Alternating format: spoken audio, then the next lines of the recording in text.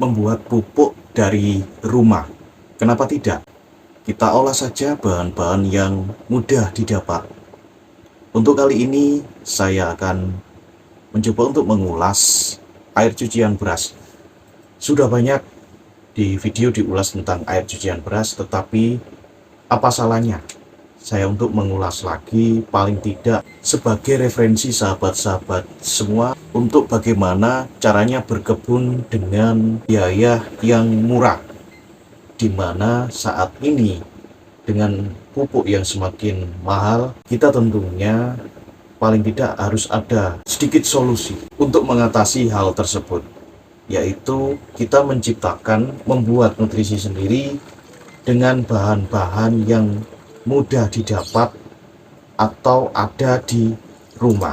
Tidak hanya diterapkan dalam skala rumah tangga, yang mungkin nantinya bisa diterapkan dalam skala usaha tani yang lebih luas, misalkan di lahan persawahan. Karena kenapa saya menggunakan air cucian beras, tidak menggunakan misalkan biourin dan sebagainya?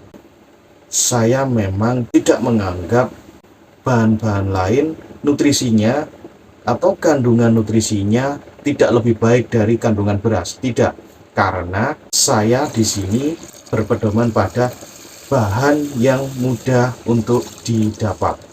Karena air cucian beras tentunya setiap hari banyak orang pasti memasak atau menanak nasi.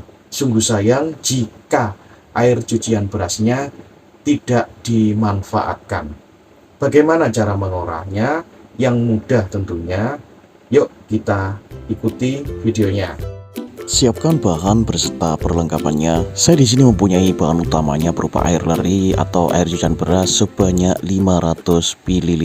Kemudian siapkan bakteri starter. Di sini saya menggunakan IM4 karena IM4 mudah sekali didapatkan di pasaran di lingkungan sekitar saya. Jadi bebas ya menggunakan bakteri starter merek apapun. Nah, di sini sudah ada petunjuknya, yaitu untuk membuat pupuk cair, maka takarannya adalah 1:1:50. Sebelum menggunakan IM4 perlu dilakukan kiranya untuk melakukan pengocokan. Saya hanya memerlukan 10 ml saja bakteri starter atau IM4-nya. Kemudian tuangkan ke dalam wadah. Dan untuk selanjutnya siapkan molase. Kalau tidak ada molase bisa menggunakan gula pasir atau gula merah. Untuk takaran molase yaitu sebanyak 10 ml. Jika menggunakan gula merah atau gula pasir, gunakan takaran 10 gram. Kemudian campur menjadi satu dengan bakteri starter tadi dalam suatu wadah. Dan untuk cara pencampuran ini bebas ya, mana yang paling mudah menurut sahabat sekalian. Karena molase mempunyai kekentalan yang pekat, maka perlu diencerkan terlebih dahulu dengan sebagian air cucian beras tadi. Aduk hingga rata sampai benar-benar tercampur semua. Kemudian bakteri starter dan molase tadi yang sudah tercampur dengan sempurna tuangkan pada air cucian beras dan lakukan pengadukan kembali hingga rata. Dan saya ulangi lagi untuk takarannya ya. Jadi saya menggunakan takaran yang direkomendasikan oleh IM4, yaitu takaran 1:1:50, di mana satunya adalah bakteri starter atau IM4, 1 molase dan 50 bagian bahan cair atau pelarutnya. Dalam hal ini air cucian beras. Jadi jika saya saat ini menggunakan 500 ml air cucian beras, maka bakteri starter atau IM4 yang saya gunakan sebanyak 10 ml dan molase 10 ml. Oke, baiklah, lanjut. Setelah semua bahan tercampur merata, maka sekarang saatnya untuk memasukkan ke wadah fermentasi. Di sini saya akan menunjukkan beberapa pilihan atau opsi untuk wadah fermentasi. Kebetulan untuk yang di tangan saya ini adalah wadah fermentasi dengan sistem yang dilengkapi dengan pembuangan gas. Jadi dengan wadah seperti ini kita tidak repot-repot untuk setiap hari membuang gas. Jadi seperti ini bentuknya, tutup wadah fermentasi dimodifikasi, dikasih selang pembuangan gas agar gas tidak merembes keluar melalui sela-sela selang dan tutup wadah fermentasi dikasih lem. Di sini saya menggunakan lem bakar. Kemudian selang yang terhubung dengan tutup selang pembuangan gas tidak perlu dilakukan pengeleman. Kemudian selang pembuangan ini akan terhubung dengan botol penampungan gas, mana botol diisi air dan selang tercelup seluruhnya. Hal ini dimaksudkan agar tidak ada kontaminasi yang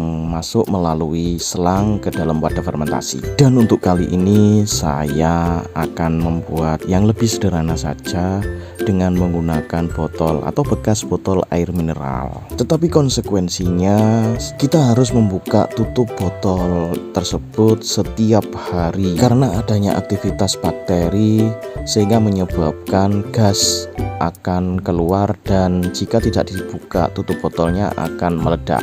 Oke, kita masukkan saja larutan fermentasi yang kita buat tadi dan kemudian tutup dengan rapat dan selesai. Fermentasikan larutan ini selama 7 sampai dengan 14 hari dan simpan di tempat yang tidak terkena sinar matahari langsung atau tempat gelap.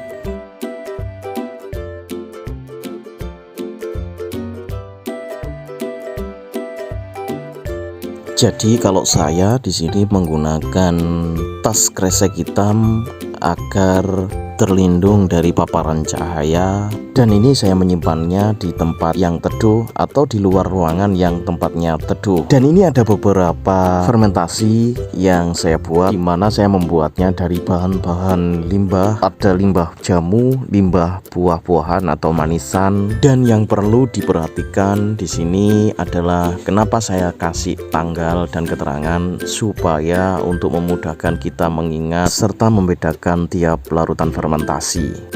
Dan ini salah satu contoh untuk larutan fermentasi dengan menggunakan wadah dengan sistem penambahan untuk wadah pembuangan gas. Jadi dengan sistem ini kita tidak perlu repot-repot untuk membuka tutup botol atau wadah fermentasi di mana untuk mengeluarkan gasnya. Dan jika dengan menggunakan wadah tanpa menggunakan selang pembuangan, jadi konsekuensinya harus dibuka tutup untuk tutup wadah fermentasinya untuk menghilangkan gasnya. Jadi seperti ini, cukup dibuka sedikit saja, tidak terlalu terbuka sampai gas benar-benar keluar.